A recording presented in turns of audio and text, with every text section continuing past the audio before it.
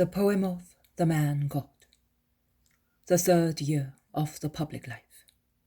Chapter 416. At Solomon's Village.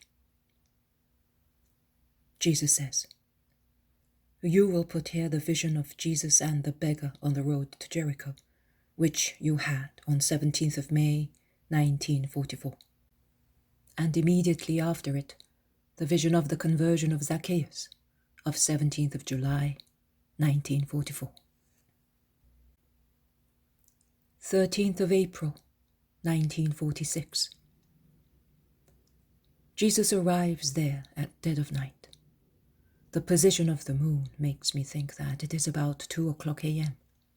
A beautiful moon, just beginning to wane, is beaming in the middle of the clear sky, spreading peace on the earth.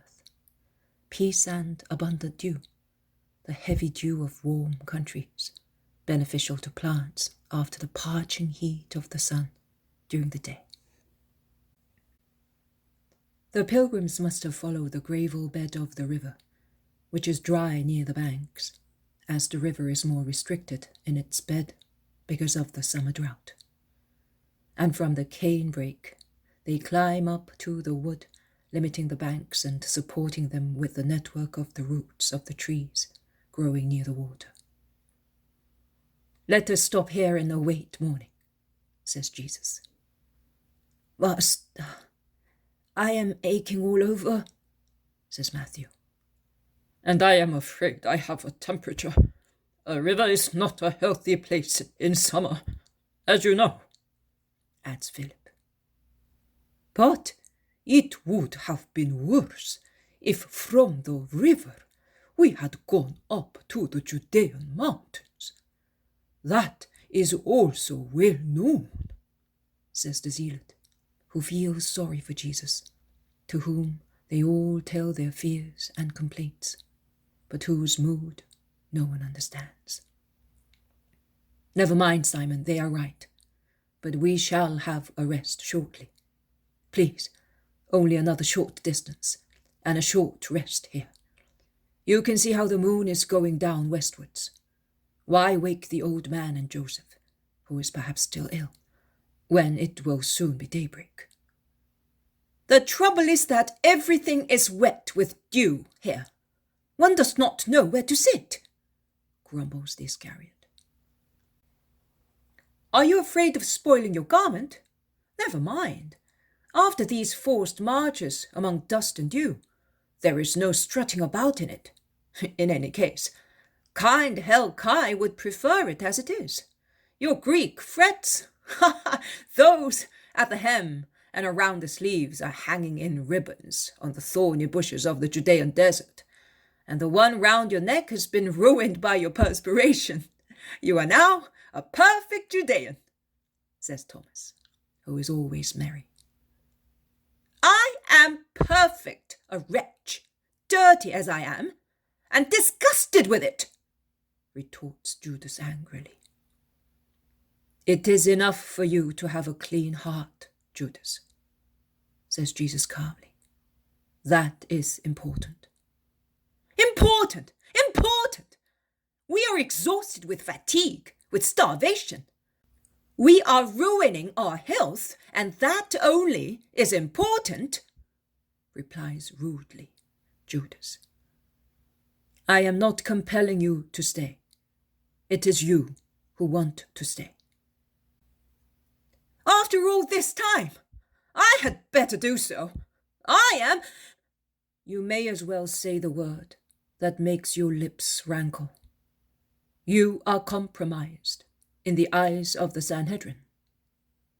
But you can always make amends and regain their confidence." "I do not want to make amends, because I love you and I want to stay with you."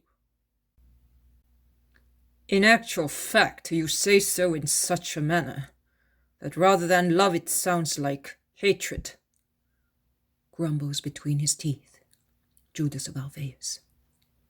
"Well, every man has his own way of expressing his love. Of course, there is also who loves his wife but kills her with blows.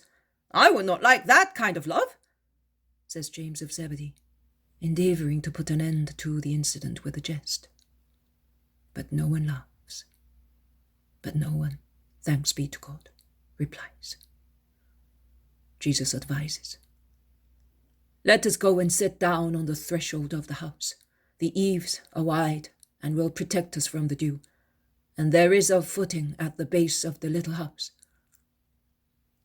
They obey without speaking, and when they arrive at the house, they sit in a row along the wall. But Thomas's simple remark, "I am hungry. These night marches make one hungry," revives the argument. Marches don't come into it. The fact is that for days we have been living on nothing, replies the Iscariot. Actually, at Nike's and at Zacchaeus's we had a good meal, and Nike gave us so much food that we had to give it to the poor, otherwise it would have gone bad. We have never been short of bread.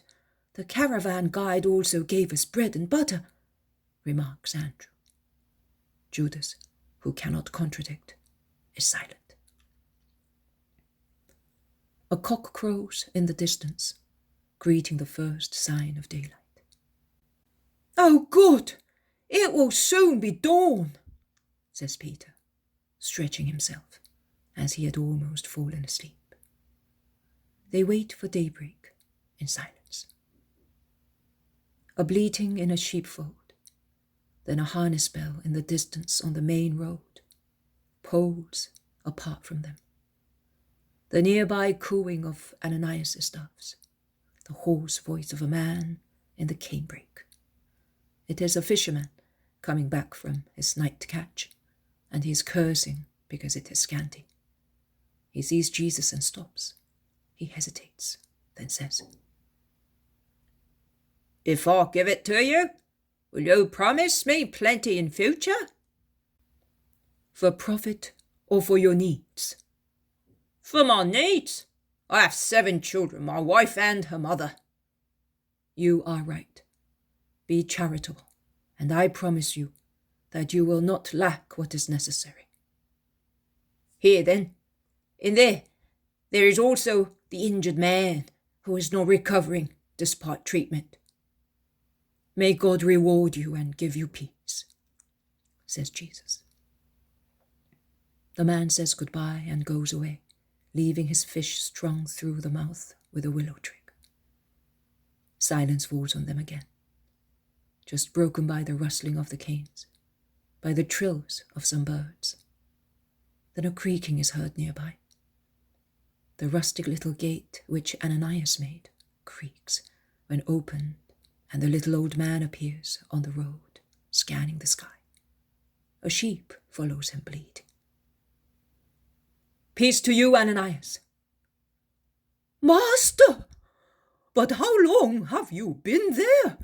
Why did you not call so that I could open the door for you?" "Not long. Not long. I did not want to disturb anyone. How is Joseph?"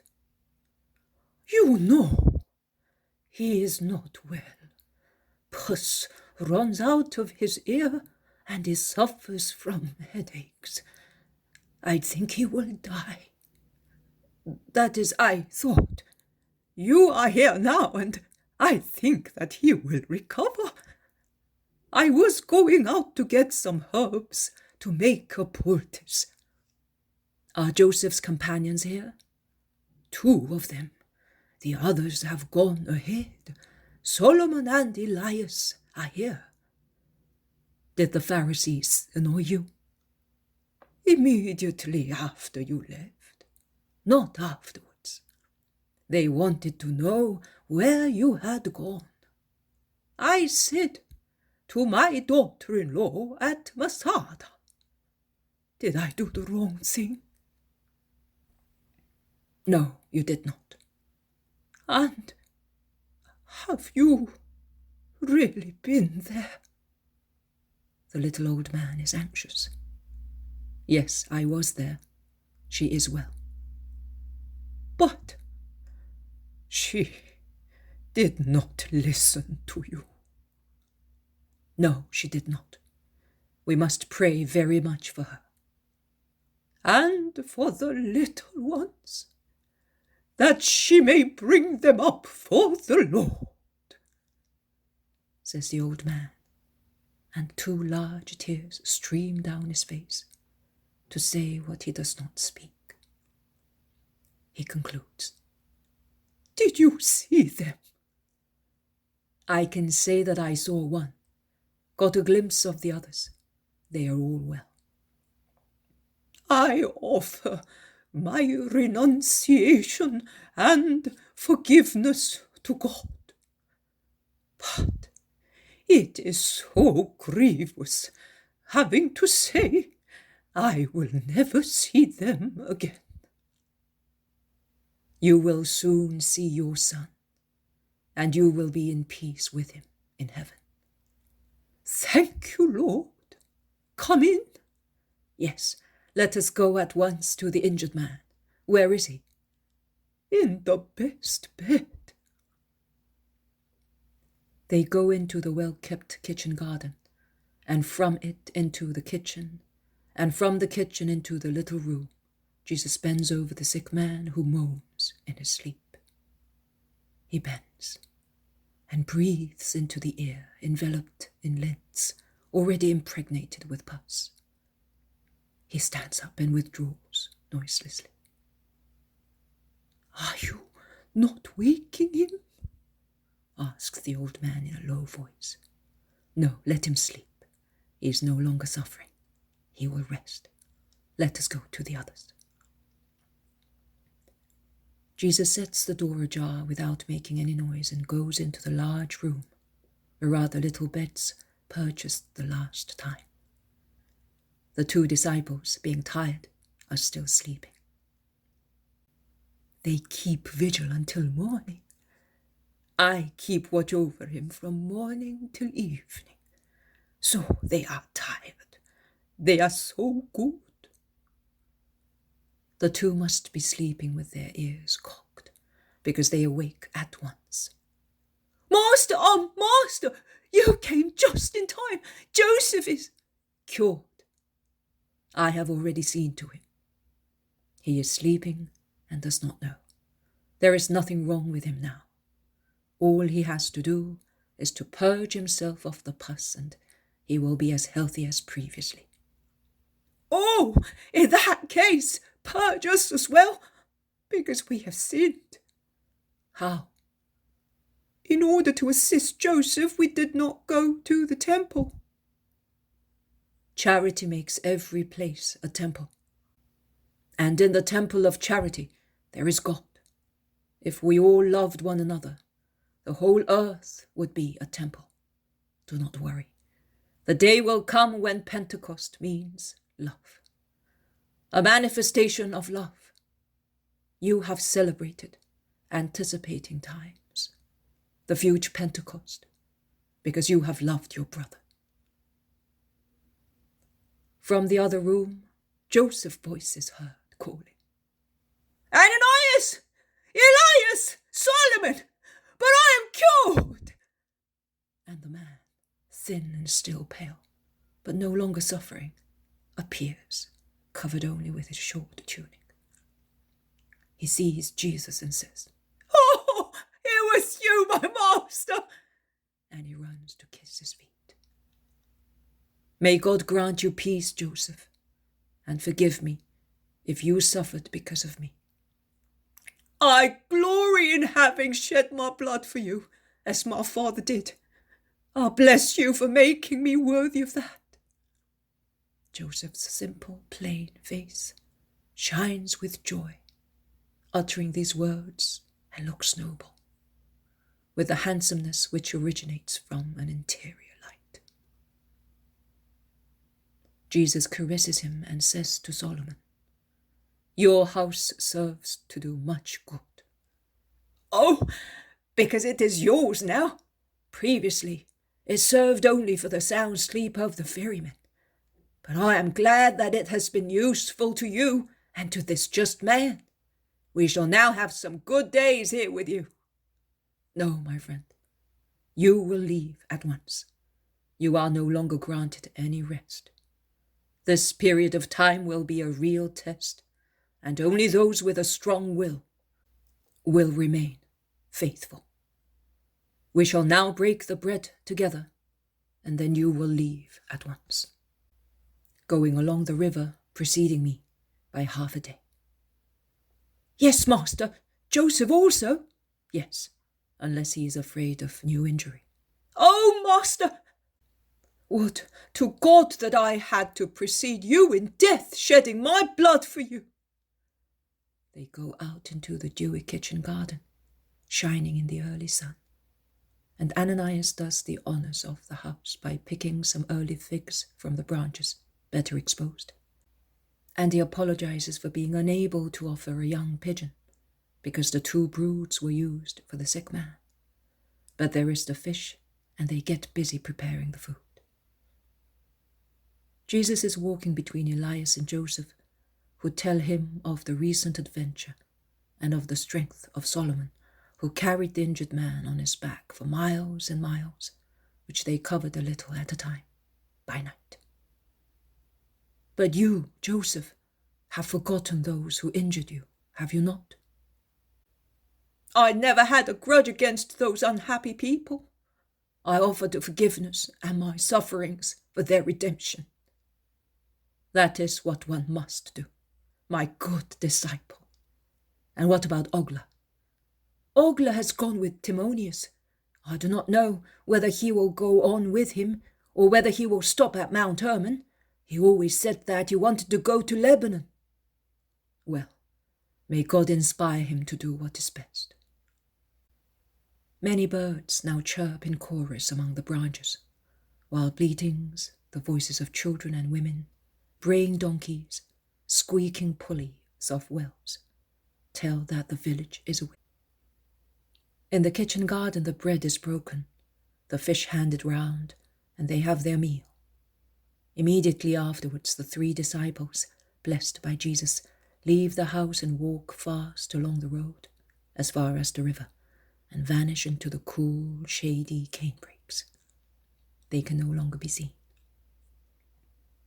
And now let us rest until evening, and then we will follow them, orders Jesus. And some lie down on the little beds, some on the piles of nets which Ananias made, saying that thus he is not idle and he earns his daily bread, and they all seek a refreshing sleep. In the meantime, Ananias, after picking up the garments wet with perspiration, goes out noiselessly, closes the door and the gates, and goes down to the river to wash them, so that they may be fresh and dry by evening. Jesus says, and here you will put the vision, Jesus in a little village of the Decapolis, of 2nd of October, 1944, and then the other one, the demoniac of the Decapolis, of 29th of September, 1944.